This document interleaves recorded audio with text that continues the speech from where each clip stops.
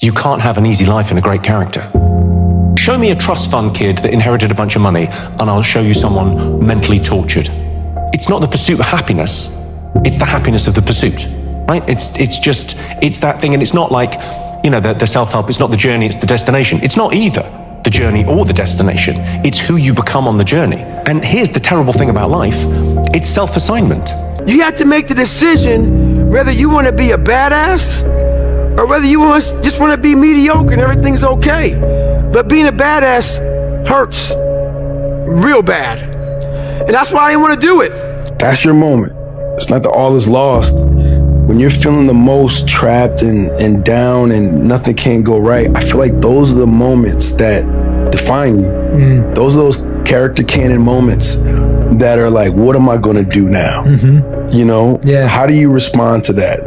And thinking your way, feeling your way, working your way through those things on the other side, it's like, you know, I don't know who said the saying, but like usually, you know, you're the closest to getting what you want is always the hardest. It's always the feeling when you're getting ready to, you know, people give up right before they get what they've always wanted to get. People quit and they give up. And I will not be the person who quit before I got what I wanted or what I needed or what I felt I was supposed to have, you know? Like, and if that wasn't for me, it wasn't for me. I'm gonna keep grinding, I'm gonna keep knocking on the door until I get what I feel. That's been something I've always felt. All you do is you focus on the starter, the second guy. You don't worry about what you're focused on. You came here to be the best. I want you at this program, and if you're gonna be the best, you gotta beat out the best. Because this is why it is. People forget about anything that you can think of. You need to love pain to be an athlete. And I know, no pain, no this, whatever, all the, you know, the, oh my, no, this is real. You need to love pain. As I got to a point, I'd be running. I was like, okay, man, we could do 10 miles today. I get to 10 miles, but oh no, motherfucker. That fucking demon that I let out every fucking morning that walks the streets at night, he comes saying, no, bitch, not today, man. There's somebody out there that you don't know, have never fucking met in your entire life, that is doing 12, 13, 14. You're gonna do another one. And when you meet him, you ain't gonna be fucking ready. So, Goggins kept on running. The greatest achievement of somebody comes right after their worst defeat. When they've hit rock bottom, hit the bottom of the barrel, they got nothing left. Everyone's given up on them. They've lost all their worldly possessions. They're dead broke on their back. It's at that point, guys, when everything's lost, that everything can be gained. There's no more ego there, is there? They let go of, what if I fail? What if it doesn't work? What if I don't like, what if this person rejects me? The animosity, the pressures of society, they let it all go because they've lost it all. They're just now left with the intestinal fortitude, the pride within. Do I want to stay on the bottom of this barrel or do I climb the fuck out of this hole? And that is a spark of what it turns out to be their greatest moment, their greatest hour. That's what it takes. To do anything successfully in life, you've got to want it as bad as you want to breathe. And if you want it that bad, if you're willing to give it that much, you get a big piece of what you want. If you're good at running, all you want to do is run. If you're great at reading, you have several books. But we don't do those things that we're not good at. So for me, I realized, shit, man, like I keep on running away from these things I'm not good at. I have to dive into these things. I have to become one with these things, and that's what happened. And so I own them both, and I talk very openly about them both. No one is going to beat you at being you. One of the things I like to say is like, find what feels like play to you, but looks like work to others. So it looks like work to them, but to you it feels like play. It's not work. So you're going to outcompete them because you're doing it effortlessly. You're doing it for fun. They're doing it for work. They're doing it for some byproduct. To you, it's art, it's beauty, it's joy, it's flow, it's fulfilling. Every time you tell your sad, pathetic story, all you do is you reinforce the fact that you're sad, you're pathetic, you're undeserving. Effectively, you reinforce the fact that you're okay with being a loser. I don't want you to be a fucking loser. What if you told people the story of, hey, I had a fucked up life, but I don't want to tell you that. I'm going to tell you what I'm going to do next, and I'm going to go out and do it. right? That is what self-development is about. That is what peak performance is about. That is what breaking through self-limiting beliefs is about, is rewriting the story. Because as long as you have breath in your lungs, as long as your heart is beating, as long as you have consciousness in your mind, you can go and rewrite the story of how your life ends and how your life continues from this day forward, the legacy that you live. This workout's gonna test you guys. It's gonna break you too. But in doing so, it's gonna grow you. Just like life itself, man. You go at things, you try them. Even if you fail, you get back up and you continue to try and fail, continue to try and fail. And ensuring you never fail to try. Because nothing's impossible. Just a spelling of impossible. It's but I'm possible. Today we make believe of that. If you want to be really great at something, you kind of have to be out of your fucking mind, but you also have to have an iron will. Yeah. You don't want to work out every day. Yeah. There's going to be days you just want to eat cake and sleep. Yeah. But if you want to get past the guy who eats cake and sleeps, you don't eat cake and you don't sleep. Wherever you want to go, to ensure when you come back to the gym, it's like that best friend you haven't seen forever. Years go by. When you see him, boom, not seconds pass. Not a second will pass. You won't miss a step when your progression for success in the gym. This workout, the body weight beatdown, full body weight stuff, six-part module, meaning there's 6 parts of the body. We got shoulders, which is a push. We got back, which is a pull. Chest, another push. Arms, basically with bicep stuff. Triceps, we're gonna do a pull right there. Hit abdominals and then legs, 6 things. We're gonna do 2 cycles of that, round robin style. 2 sets per each exercise for 1 rotation, 1 cycle. Then we'll go into the next cycle. Every single set to failure. Then when you come back to the gym, fuck it, you're stronger than you were when you left. In order to be your best, you need to maximize your physical, your mental, and your emotional. And we're talking about physical, you're talking about talent, which is great, and that's a great bar to set. You need to have the height, the weight, the speed, the ability, the physical ability, but then you need, to me, the ability to learn, process information, take in lots of information to be able to apply it, take what you're learning from a meeting room out to a field, and then you need to bring a competitive stamina to practice every day to be your best. Most people are sleeping right now because it's dreary. You know, if you look at 365 days of the year, a good third of them are dreary. 1/3 of your opportunity to become something this year. You're gonna let pass by? You're gonna get the fuck out of bed and make it happen. You might think that bed's warm, feels all comfortable. You come here, you kill it, give it everything you have, leave it all here. The warmth you feel after that, second to none, man, second to none. No sheet can provide that comfort for you. When you give it all here, guys, and you leave it all here, you're at your weakest state, bottom of the barrel. What's about to happen? Your greatest triumph. You kill yourself on pride in here, leaving nothing to spare.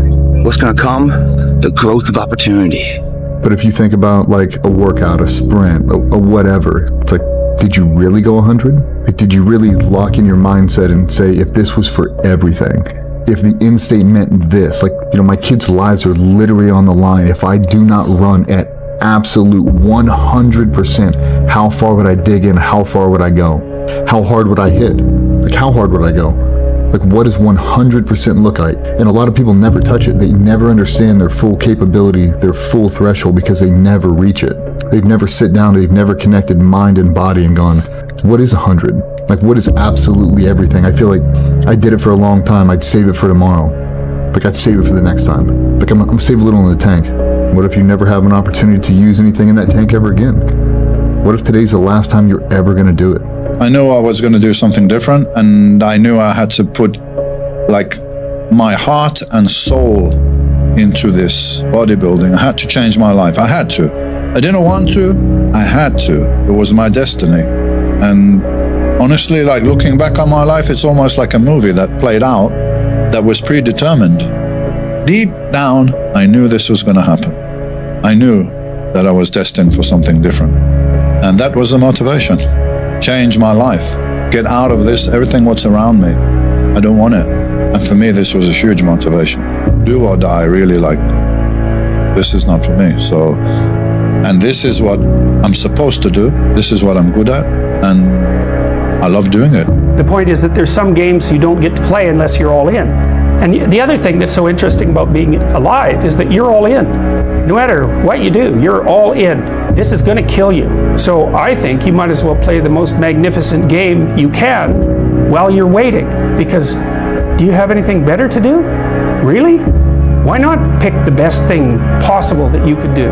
Why not do that? Maybe you could justify your wretched existence to yourself that way. I think you could. That's what it looks like. And these people that don't want to, stay home, man. Stay home and do your thing. Good luck to you. I wish you all the luck in the world.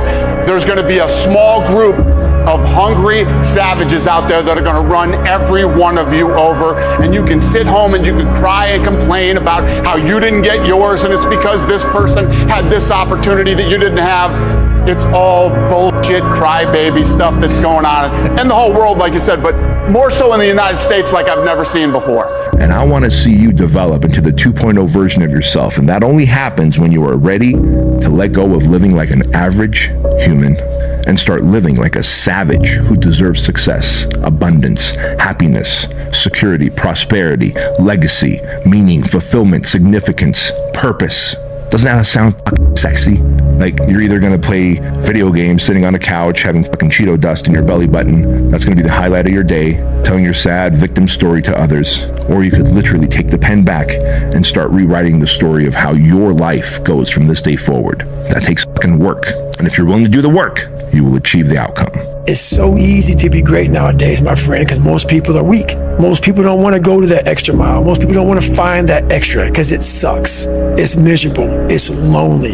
You talk about that you were kind of, lonely by yourself. I was the same way. And that used to hurt me growing up. Now I fucking thrive in that shit. That's the only place to be. Be willing to change, to try something new. Keep your mind open and fluid and flexible. Be willing to accept feedback from your environment and correct your course. This is a key quality of peak performers. They're not rigid, they're flexible. Remember, it's not what you have, but what you do with what you have that separates winners from losers. It's not what happens to you, but how you respond to what happens to you that counts. In the final analysis, your response to the adversity of life is the real measure of who you are and what you're made of. The more you do things that are natural to you, the less competition you have. You escape competition through authenticity, by being your own self. If I had to summarize how to be successful in life in 2 words, I would just say productize yourself. That's it. Just figure out what it is that you naturally do that the world might want, that you can scale up and turn into a product, and it'll eventually be effortless for you. Yes, there's always work required, but it won't even feel like work to you. It'll feel like play to you. You have to go to a different focus. The focus has to be so heightened that very few people, they even understand that, but they have it in them. They have it in them to go there. But you have to go to a place of fear, of suffering, of pain, of doubt. And that's when your mind, if it knows it's not going to quit, it opens up. And once it opens up, that's my 40% rule. Once you can open your mind up when it knows it's not going to quit, it finds more. It finds more focus. It finds more power. It finds more drive. And that's what gets you through the 31 miles. That's what gets him so hyper-focused on that one little nodule to put his finger on. And that's what you find in those moments. But without those moments, you don't know what you're capable of because you're living a very structured life without risk. All the shit that you have to do when you're going through BUDS training, the 6 months of breaking you down and building you back up, they teach you could do anything just by making you do anything. So you will understand how you can pass your limits. What you thought your limits were are no longer your limits. That's what I feel like is missing from a lot of people that are getting into motivational this and motivational that. They ain't doing shit. You gotta go do something. That's the number one thing, right? Is fucking action. Take action. If you were 2,000 years ago, you're born on a farm, your choices are very limited, right? You're going to do stuff on that farm. Now you can literally wake up and you can move to a different city. You can switch careers. You can switch jobs. You can change the people that you're with.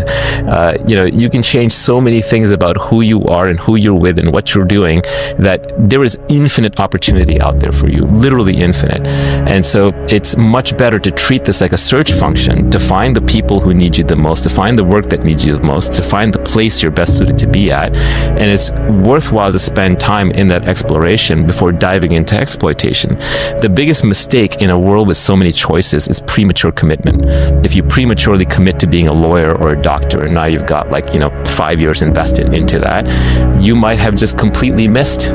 You might just end up in the wrong profession, the wrong place, the wrong people for 30 years of your life grinding away. And yes, the best time to figure that out was before, but the second best time is now. So just change it. And I was talking with my friend earlier this week, and he was like, what separated you on the football field? And I was like, I think there was part of me that was a psychopath out there, because I was extremely hyper competitive every day. I didn't feel like, okay, let's get to Sunday and then now it's the time. Like every day was the time.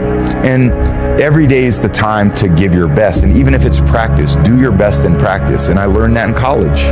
Like if I didn't do my best in practice, I wasn't going to play on the weekend because there was no entitlement. Be the hero of your own movie. If your life was a movie and it started now, forget about whatever financial disasters you've had, personal failures, relationship failures. What would the hero of your life's movie do right now? Do that. Do those things. We define ourselves far too often by our past failures. We look at our past and we say, well, that's me. That's not you. You are this person right now. You're the person who's learned from those failures, and you can choose to be the hero of your own movie right now. Write down your goals. Write down things you want to improve. Write down things you won't tolerate from yourself. Write down things that you've done in the past that you never want to see yourself do again. And go forth from here as the hero of your own movie. That everything that you're worried about is going to be gone like that. The people that are criticizing you, they're going to be gone, you're going to be gone. All this hand-wringing worry and concern over how are people viewing me, and someone said something bad about me and you get so upset about it, is wasted time and energy. Marcus Aurelius says your only focus should be on getting better at what you're doing. Focus on what you're doing, get better at what you're doing. Everything else is a complete waste of time. What's a value that I learned as a child that has really helped me become the man I am today and pursuing to be? And the one that I remember the most, and it was preached to me by my dad, is this: don't half-ass it. Don't half-ass it. Boy, that never goes out of style, does it? I mean, think about it. If you're gonna do something, if you've chosen to do something, whatever it is, easy, hard, if you give it your all and you don't half-ass it, win, lose, draw, get what you want, don't get what you want, whatever the outcome is, if you don't half-ass it, at least you're not gonna have to wonder, oh, would the outcome have been different? What if I did give it my all? And boy, wondering that is what keeps us up at night. Do you think somebody in the Stone Ages had depression? Even a more modern variation, the Spartans. Do you think they had depression? Maybe you are laughing, but all of these groups, they are too busy with their body, they are too busy with activity to be depressed. Yeah, but nowadays, how does the time look? You can sit if you want from morning till evening just in front of the screen, and nothing's gonna happen anymore. So this is one reason why, since almost 10 years, what our organization and myself are trying to share a little bit into this world, maybe in a more funny and a light version of everything. But what we would like to encourage the people everywhere in the world is get more physicality into your life.